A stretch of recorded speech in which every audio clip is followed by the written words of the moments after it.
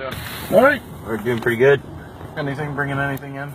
Just three guys, three bodies, three dudes. Yeah.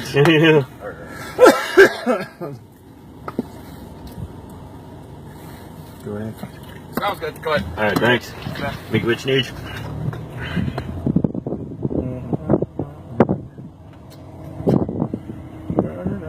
All right. Well, so they're coming out. Feeling a barricade too, huh? They know. Tell you guys, don't ever turn me on. You just transport.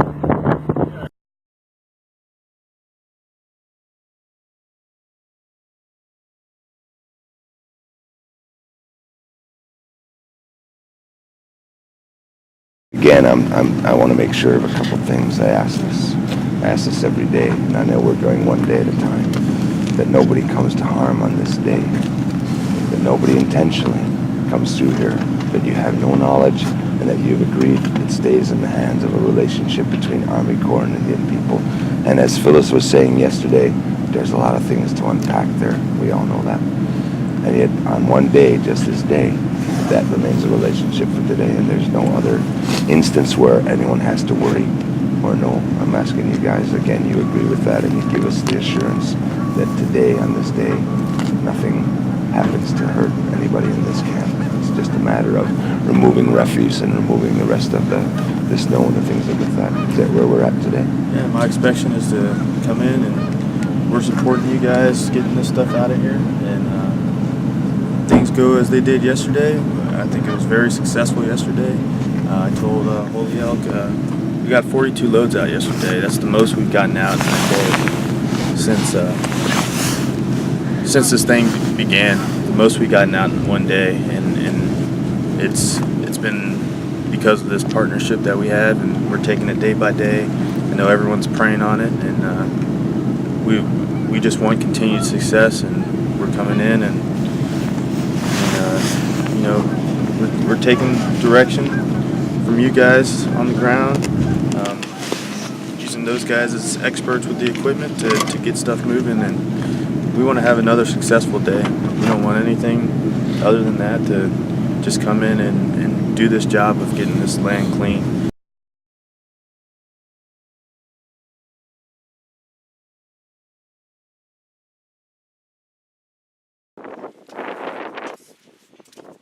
This is a Sub-Zero, excellent quality. It was brand new, donated Coleman sleeping bag, thrown in the trash because people have not had time to carefully go through all this stuff and disassemble the volunteer donated goods.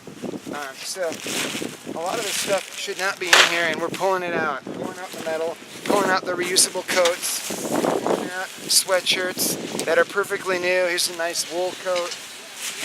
This stuff can go to people in need, and we're here to salvage as many truckloads as we can today and get them to people in need.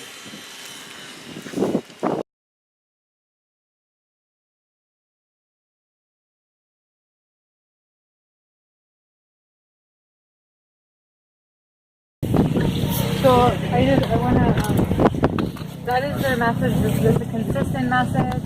It's not changing in the office where it needs to change. And right now, that's what I'm hoping for. So I keep, every time, I don't do media, I don't do interviews, I'm not that person, but I am today.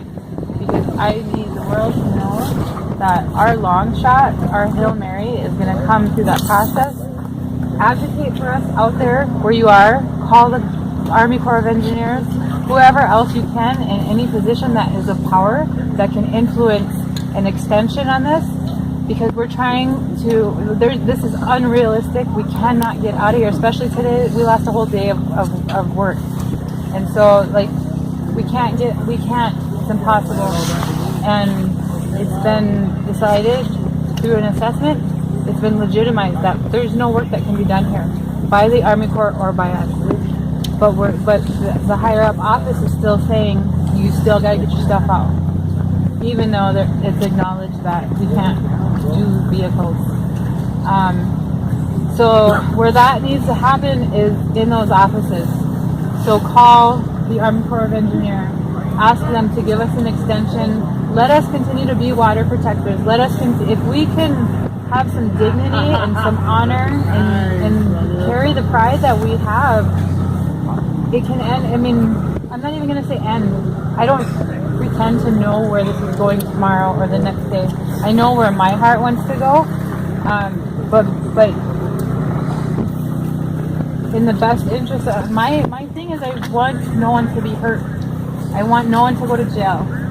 I have my own beliefs about what that looks like in my heart, but I have to think of everybody, and that's what I'm doing now.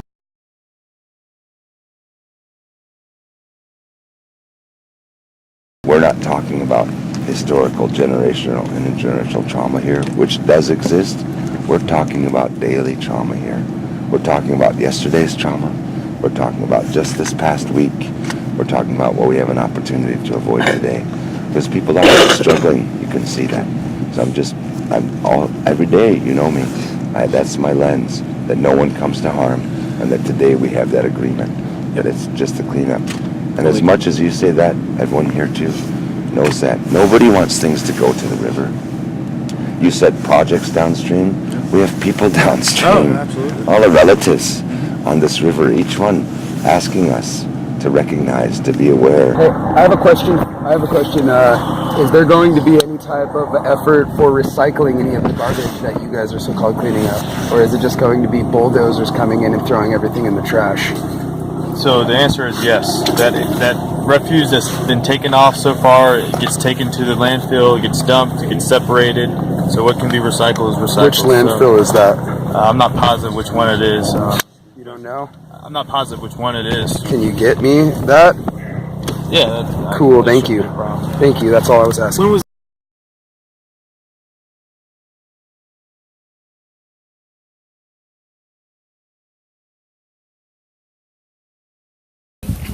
make a stand down there, and I want to know I think a lot of people want to know whether or not your leadership supports a resistance campaign like that once Army Corps moves in with their security forces to move in on command.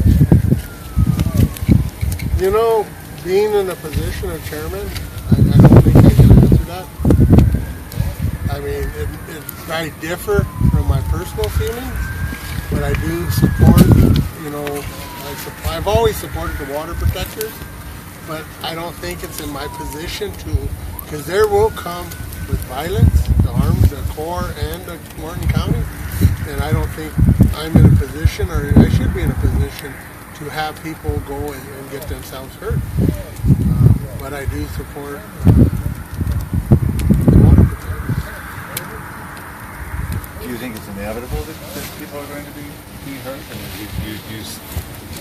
I believe so. I mean, you could just see the change. This BIA is a perfect example.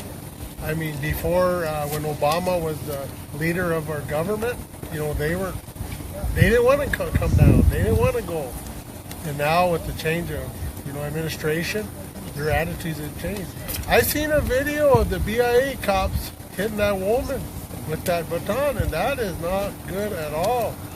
You don't hit women. I don't care what they've done. You don't hit them. And shame on the Bureau of Indian Affairs.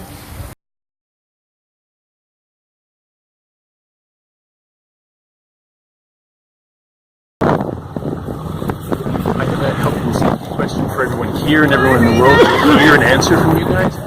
Will the troops that are coming in, the police that are coming in, the forces that are coming in of whatever description be armed with live rounds? Any of them be armed with live rounds? We said the same thing that we said before. We came to this meeting to listen to any concerns that people would like brought back. We're here to encourage people to vacate before 2 p.m. on February 22nd. We're here to assist anyone who would like to relocate before that time, and we're here to provide any support that is requested to assist with the cleanup of this camp. So that's a straightforward question, and it has a straightforward yes or no answer. We're here for 3 reasons today.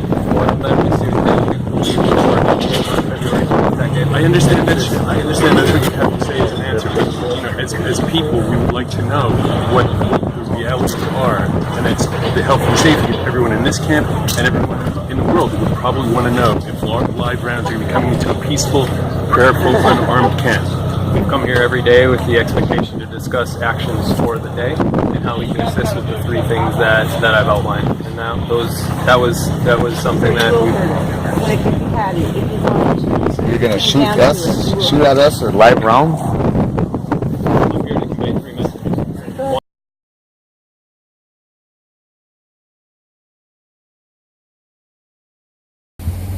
You know, historically, you look back at, you know, the Battle of Little Bighorn. You know, we were defeated at Custer, and after that battle, we went our ways. And that's why I know that it's important to have unity today, because back then, you know, when we went our separate ways, then the government rounded us up separately and put us all on reservations. And so today, it's more important to stay united. Even though we have moved camp, we still need that unity and that resistance inside of us.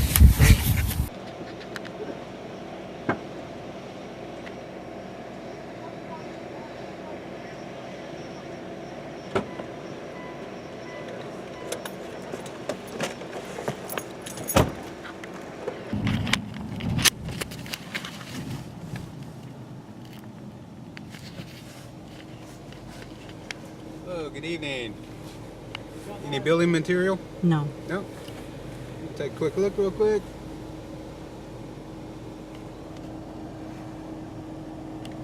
All right, thank you. Have a great day. We asked this guy to get out of the way. Thank you.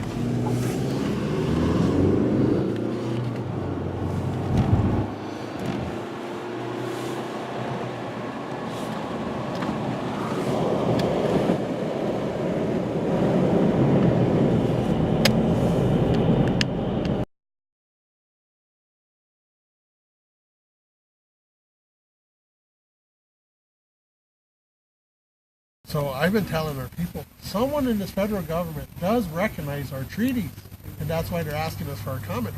But when it comes to this pipeline, they were just totally ignored, you know, and which is really sad.